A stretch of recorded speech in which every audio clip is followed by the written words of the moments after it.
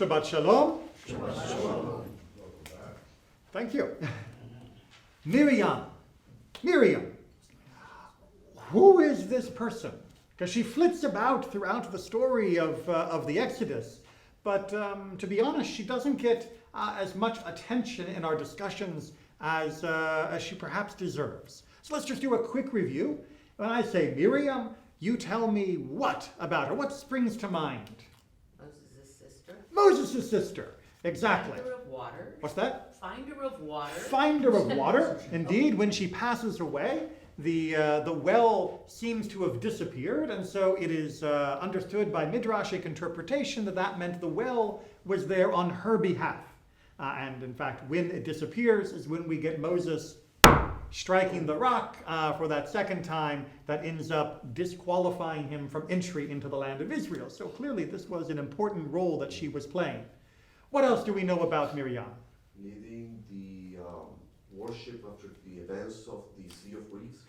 In Beshallach, coincidentally, this week's Torah portion, we have Shirat Hayam, the incredible, majestic song of the sea that is sung after the crossing of Yam Suf, the Sea of Reeds.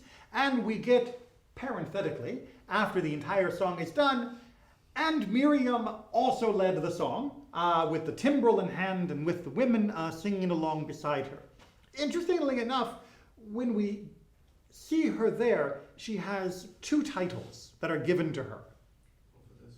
What's that? I think one of them is prophetess. Prophetess, which sounds so stupid in English. So Neviah, she is not just a Navi, she is a Neviah, she is a prophet, and the sister of Aaron. Wait a minute.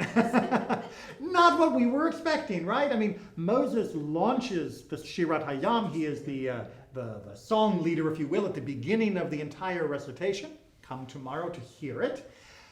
But then at the end, we get Miriam, the sister of Aaron. It is very incongruous, especially because we know Miriam as the sister of Moses, because we remember the scene where the sister of Moses is very instrumental in making sure Moses doesn't die. She's the one who was there when Yocheved, Moses' mother, places him within the reeds near Pharaoh's daughter's residence. And she is the one who sits and waits to see what will happen. She is the one who steps forward to helpfully suggest to the Pharaoh's daughter, oh, by the way, I just happen to know a wet nurse who might be willing to help you with this baby. It's his mom. So she is instrumental in being his sister in a way that we don't see in the text as being Aaron's sister. So why is she Aaron's sister? Well, for that, our ancestors, our sages, scratched their heads and said, well, what else do we know about Miriam from these different elements? Well, she is a prophet, and she is the sister of Aaron. Perhaps these two are linked. Well, for those two to be linked, then that would mean her prophecy had to take place when there wasn't a Moses for her to be sister of. Following the logic? When she was a prophet was when there was only Aaron for her to be sister, meaning pre-Moses, right? BM. That doesn't sound right. Pre-Moses. We'll stick with pre-Moses. Well, what kind of prophecy could she have been doing before Moses? I mean, what was going on?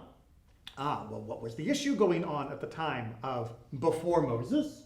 Well, that was the time of Pharaoh's most horrific decree, the killing of the children that were being born, to throw the boys into the Nile and for them to be executed in that manner.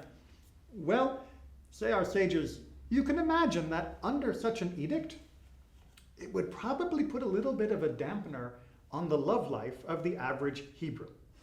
Because after all, if you know that there's a 50% chance, more or less, that your child is going to be a boy, and that boy is going to be then murdered, what's the point of having kids? Well, says Miriam, what's that? Well, you could have a girl. You could have a girl. But Miriam makes an even bolder statement. According to the Midrash, she goes to her parents, who had decided to separate during this time period to avoid this catastrophe. And she says, what you are doing kills 100% of us. What Pharaoh is doing only kills 50% of us. If you choose not to continue our people, then you are literally extinguishing all of us. What Pharaoh's doing right now is only going to kill half of us. So which one of us is the bigger monster? The answer is Pharaoh, but which one of us will have the worst impact? Well, if we choose not to go forward because of the risk, then that means we are all wiped out. They are convinced, and they go back to marital relations. And when Yocheved, Moses' mother, conceives, Miriam utters a prophecy.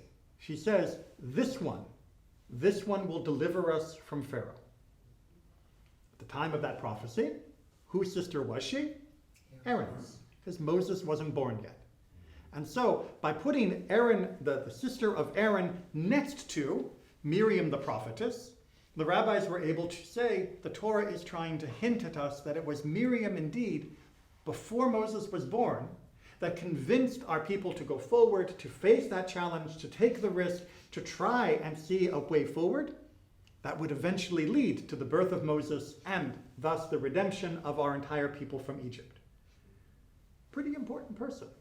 More than just somebody who can shake a tambourine.